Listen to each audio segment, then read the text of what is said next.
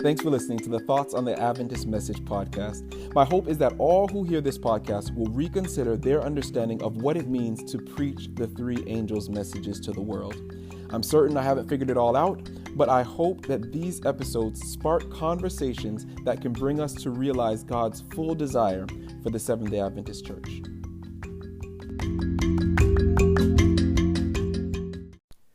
We started this series looking at the question, what's the script?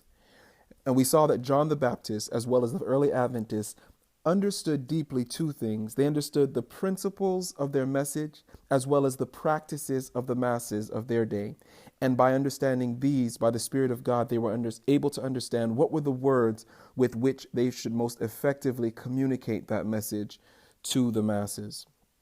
In this series, we've looked at a number of principles and specifically looked at the context of the message of the Seventh-day Adventist Church. We've seen that the context of the messages of the three angels in Revelation 14 reveals Satan's effort to counterfeit the kingdom of God, to counterfeit the gospel.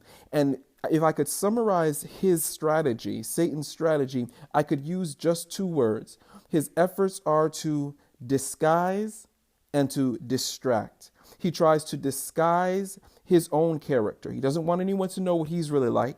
He tries to disguise also the character of God. He doesn't want anyone to know what God is like.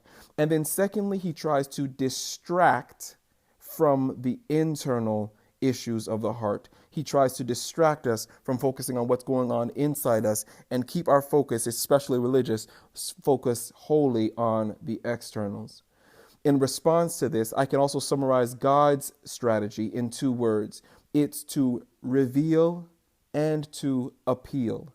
First, God's effort, in contrast to Satan, is to reveal his character. This indeed was the entire story of the gospel. Jesus came to show us the Father, the only begotten who is in the bosom of the Father. He has declared him, it says in John 1:18. This was Jesus' work, to reveal God, to reveal his character. And it was most specifically revealed in the act of being willing to suffer a cruel death at the hands of those he sought to save. God's character is love, and God's strategy, as it was then, is the same now, to reveal his character. As a consequence of that, without having to intentionally do it, just by revealing his own character, as a consequence, it reveals the character of Satan also. So he reveals his own character, reveals by consequence Satan's character, and then it's to appeal. It's to appeal to those who have seen the character of God to respond. How should you respond in light of this God? How should I respond to this love that has been immeasurably shown towards me? How can I respond to one who has done so much for me? He appeals to us. He calls us to worship. Satan's strategy to disguise his character, disguise the character of God, and distract from the internals. God's strategy is to reveal his character, to reveal the character of Satan, and to appeal to us to respond internally.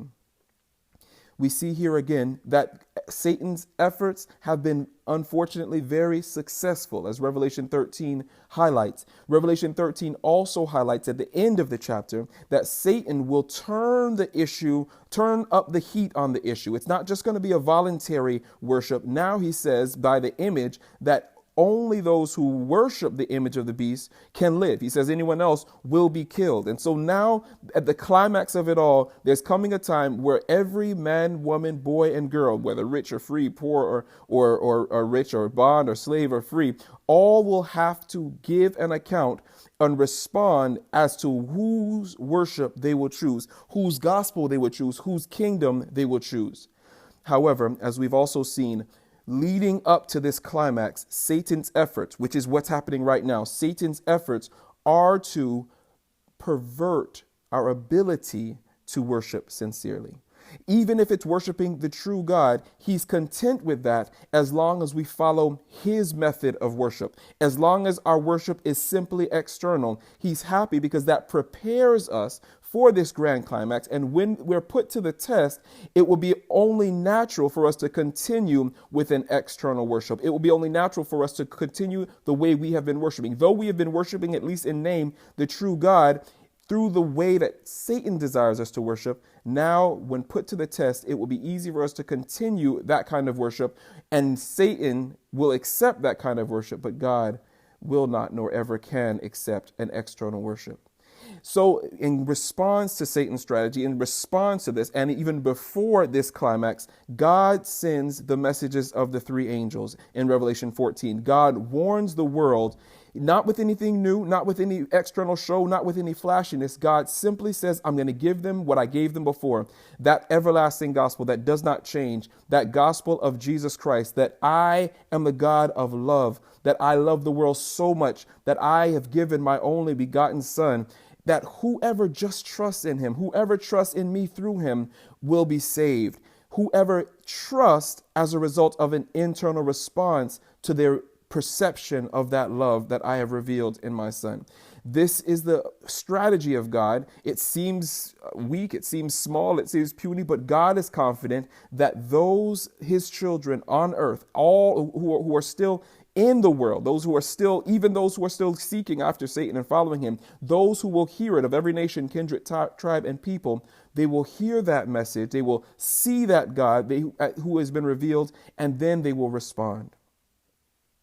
And so this is the context. This is the principle of the Seventh-day Adventist message. And this is what I believe God has called us to present to the world. That's the principle. What about the practices of the masses? As we looked at before, John the Baptist and the early Adventists, they understood what were the common areas, concerns of the people of their day. But they could do that. John the Baptist could do that in first century Palestine, because that was his region. The early Adventists could do that in 19th century East Coast America, because that was their context. I can't do that for the entire world today. I can do that for Ian. I can do that for my community. I can do that maybe for my other demographic groups, people my age or people my cultural background, and people of my socioeconomic class. I can maybe do that. But each of us individually has to understand, who is it that God has called me to speak to? Who is it that God has given me an opportunity to share with them the message of the three angels? And then what are the practices of those masses? The practices of those masses that specifically are addressed by this principle. Let me give some examples from my own context. For me, I'm a Black American who was relatively young.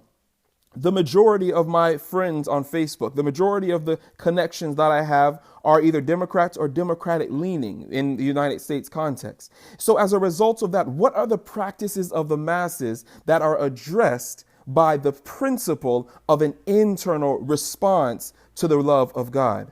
Well, I know that Democrats in general right now in 2020 are very upset in general about Donald Trump. And I believe, yes, generally there are good reasons to be upset. I don't believe that he has demonstrated the kind of character that is acceptable for a Christian. However, the practices of many of the masses, both professed and unprofessed Christians, is, if we're honest, is hatred towards Donald Trump. That is the practices of the masses within my social sphere. And so for me, the principle that I need to apply of this three angels message is, what does the character of God look like in the face of Donald Trump? Honestly, I don't like it. I wish I could avoid it. I wish I could just continue going on with business as usual. I know I just as much as anyone else likes a good Donald Trump joke. I like to laugh and criticize, and I like all that. However, the core of this message of the God of love, Jesus says, yeah, the heathen love their friends. The heathen, they love their family, gang bangers and mafia men and all the wretched people that are killing other people. They love their friends, they love their families. But what Jesus has called us to is his example of love. It's to love even our enemies. And so for me, what does it look like to reveal the character of God amid the practices of the masses that I am a part of? For me to reveal the character of God is to, by my own actions, by my own words, by my own teaching, to present love towards Donald Trump, to present love towards those who follow Donald Trump, the Make America Great rally attendees. My responsibility, my presenting of the three angels' messages includes proclaiming and demonstrating love for Donald Trump. That's what John the Baptist did. That's what the early Adventists did. I believe each of us has an obligation, both individually and collectively, to understand, yes, the principle of our message as well as the practices of the masses, and then combine those and understand how best to present the three angels' message within our context. Lastly, I believe this understanding that I've shared in this series, this understanding, before it speaks out there, before it speaks to our preaching and our teaching and our writing, before it speaks out there, I believe it speaks to each of us specifically who call ourselves Seventh-day Adventists, who have taken on this responsibility to proclaim the three angels' messages to every nation, kindred, tongue, and people. Each of us, I believe, are in danger, in grave danger of falling to the same strategy that we see described here in Revelation 13. We are in danger of falling to an externally based religion. I mentioned it earlier that I myself, I know, having been raised in this church, I know how easy it is to just go through the motions, to just say the right things, to just demonstrate or try to convey a passion for the three angels' message, or demonstrate and try to convey a grief for the fact that people are trampling on the Sabbath, and demonstrate or try to convey all of these external things that seem right, that seem good. However, they are not connected to an internal reality. Internally, I really don't care. Internally, I really don't want I don't want these people to change. Internally, I don't care whether they change or not. Internally, I actually don't like these people, and I like the fact that I know more than them, and I'm trying to show that. That's what it's come down to for me, and I believe that many of my brothers and sisters in this denomination, I believe that you have also shared that experience. For us, I believe first, in Revelation 10, first, John was told, you need to eat the message. And that's an allusion back to Ezekiel's experience. You need to eat the scroll. We need to first digest this message. And for me, I would go so far as to say, before I even attempt to present the three angels' messages in this way to anyone else, first, I need to accept this message. First, I need to understand what it is to have a genuine response to what God has revealed of himself to Ian, and to ensure that all of my external things are connected, are growing out of that. I'm keeping the Sabbath because I love the Creator, because I appreciate his love for me. And in so doing, I'm seeking to walk in harmony with his sanctification of this day and this opportunity to grow and to build our relationship. I need to first digest this. I need to first walk by this. And I believe if I could just get there, my neighbors would see in me the image of Christ. They would see in me the love of God. They would see in me God's character revealed. And then it will only take a simple effort, not even on my part, but on the part of the Spirit of God, to appeal to them and to call them. You've seen my character. Now, you've seen my character in your neighbor. You've seen my character in your coworker. You've seen my character in your classmate. You've seen my character in Ian, and now I'm appealing to you. Come away from Satan's ways. Come away from these ways that are futile, these ways are hurting you. I believe at the very least I could ingest this message, it would go so far in doing work in presenting these messages to the world. I want to end with this. I believe for each of us, ours is the story of Gomer. Ours is the story of Gomer in the book of Hosea. Hosea is called by God to go and to marry a woman of prostitution. And he goes and takes this woman, Gomer. He marries her. But think of this woman's experience. She's had multiple sexual encounters, multiple experiences with other men for compensation. That's the nature of her experience with sexuality. Long ago, perhaps years ago, she's lost the ability to connect her physical experience with an emotional experience. And now she comes into the company, into a marriage with this man who genuinely loves her. This man who wants to meet her, yes, on a physical experience, but also wants to meet her emotionally, also wants to meet her intellectually, also wants to join himself to her, wants her to love him in response to the love that he has shown to her. But Gomer, unfortunately, like I've shared for myself, Gomer is altogether incapable of responding to that love on the emotional plane. They have children together. They have children. One child, he says, is not my child, not my people. That is probably not his son there. And so though they're engaging externally, and though Hosea desperately desires an internal experience with her, she falls short. She's not able to give that because, unfortunately, she's too accustomed to an external only sexual experience. This is our story. You remember the story in Hosea. It remembers even after that, she ends up going out into captivity, and he goes and purchases his wife back. He buys her back, again, revealing his character, showing her his love, and desperately continuing to desire not just a physical experience, but an internal experience, just an emotional experience, an intellectual experience. He wants to have more. But the end of the story is not told. What happened to Gomer after Hosea chapter 2 and chapter 3? What happened after he purchased her back? Does she finally get it? Does she finally recognize that I need to change? I need to go beyond what I've done for all of these years with these other men. I need to somehow figure out how to connect this physical, external experience to an internal, emotional, genuine heart experience. Does Gomer figure it out?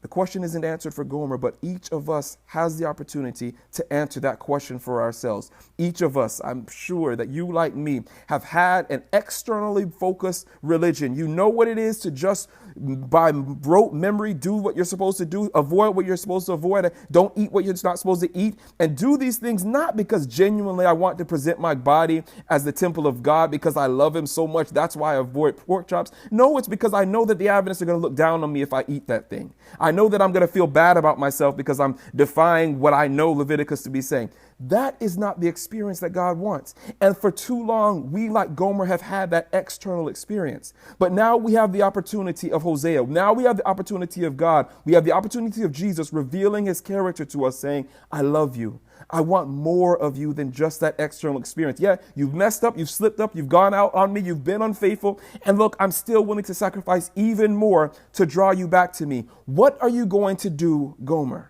What are you going to do? Are you going to be content to continue going through the motions? Are you going to be content with the praises of the people who say how great it is that you've been an officer in the church for so many decades? Are you going to be content with the people who say, wow, they have just such a nice home, they have a good Christian home because your children know how to do and say what's right? Or are you going to be just content with an external experience, or are you going to do the work? Or am I going to do the work to say, God, I need help. God, I need to accept the everlasting gospel. God, I need to accept an internal experience with you and hold on to that internal experience until Jesus comes. This is the question that each of us must answer. And I hope by the grace of God that this series has helped to make that question and our ability to answer it more plainly.